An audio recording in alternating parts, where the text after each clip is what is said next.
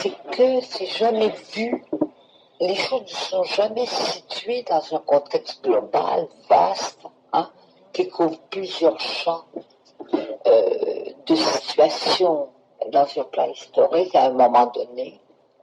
Tandis que Gilles, moi, depuis que je le connais, là, disons, je crois, d'une chose qu'on ne peut pas oublier dans ses approches-là, ses critiques, ses participations, cette espèce d'humour qu'on lui reproche très souvent, qui est tout simplement, moi j'appelle pas ça de l'humour, c'est de placer les choses en relativité. Et dans ce sens-là, il est très moderne, comme on dit, c'est une pensée actuelle. Son implication, si on peut dire, dans le milieu, il est réel, il est très important. Il a toujours été très important et très attentif.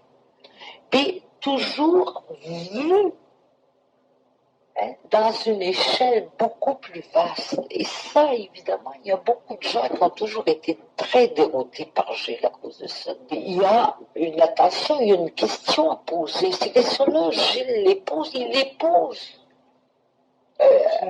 continuellement, puis il les pose, comment ça, donc, carte sur table, on me dire.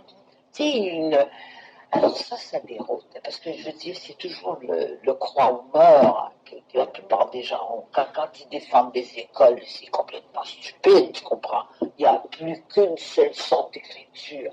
Et évidemment, pour Gilles, ce grand malade qui est l'histoire, il est toujours présent.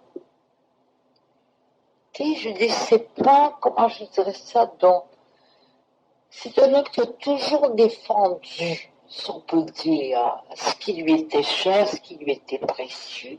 Disons, par exemple, la création artistique, ce que ça représente, le témoignage historique que ça donne, et ce que ça donne, la biologie que ça crée un pays, l'existence, l'identité que ça crée.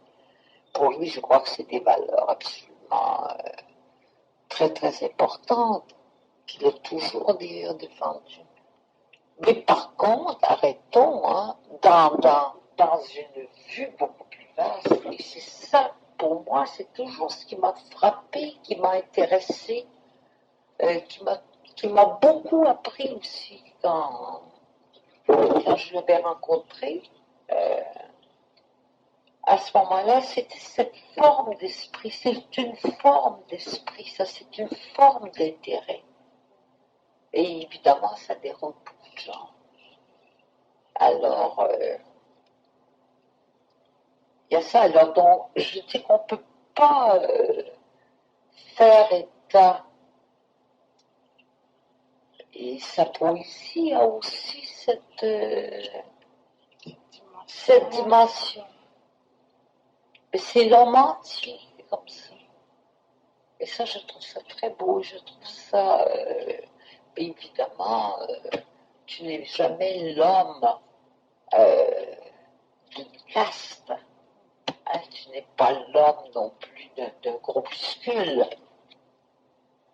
Alors, il n'a pas signé le refus d'abord. On ne lui a pas demandé. Ça, je ne sais pas. C'est ce qu'il avait dit dans une entrevue. Ah, qu'on ne lui avait pas demandé. Déjà, il semblait y avoir un écart parce que lui, à ce moment-là, prônait une action politique. Voilà, c'est ça. Ouais. Alors là, c'était politique. Gilles avait connu la crise de 2010 où il avait souffert. Moi, c'était très abstrait. Hein? Mais quand même, tu comprends intellectuellement, c'est déjà un bon départ. Parce qu'il y a des gens qui n'ont jamais rien compris à ça. Bon. Alors disons que c'était donc comment je dis ça, un embryon de politisation qui était là. Tu sais, tu étais politisé sans savoir, comme tu avais des idées socialistes sans les nommer et sans le savoir, comme mon brave père d'ailleurs, qui avait une pensée libérale. C'est pas son papier socialiste, mais il y avait beaucoup d'éléments qui étaient socialistes.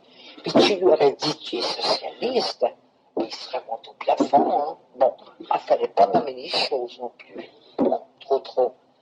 Tandis que Gilles, lui, il était déjà précisément engagé, il était engagé sur le terrain. Hein.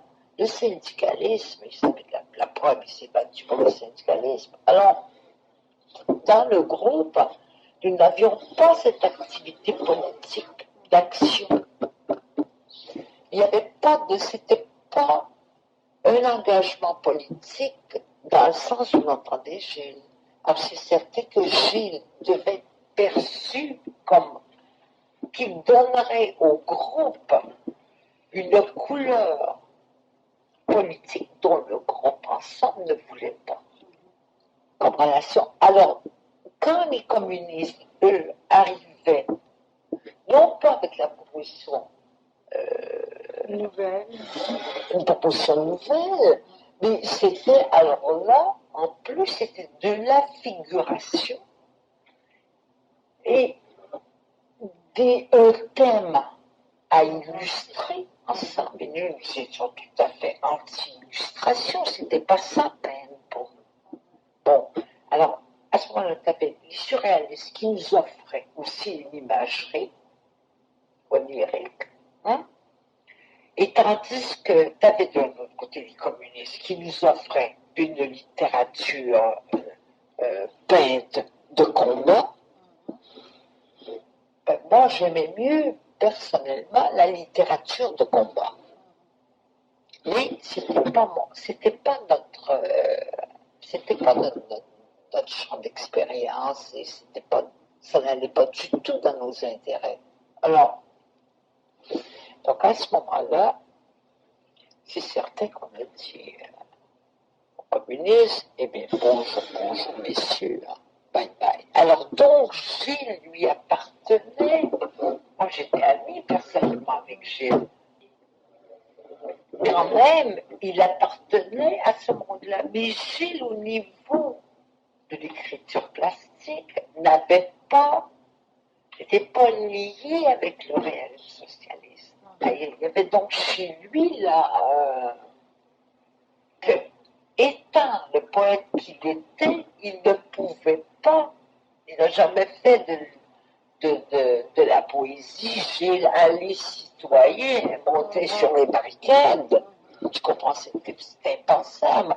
Alors donc il y avait, lui aussi, il y avait donc cette affinité qu'il avait avec nous, parce que je vois ça comme ça, au plan strictement art, on peut dire expression réelle qui dépassait de très loin, à mon point de vue,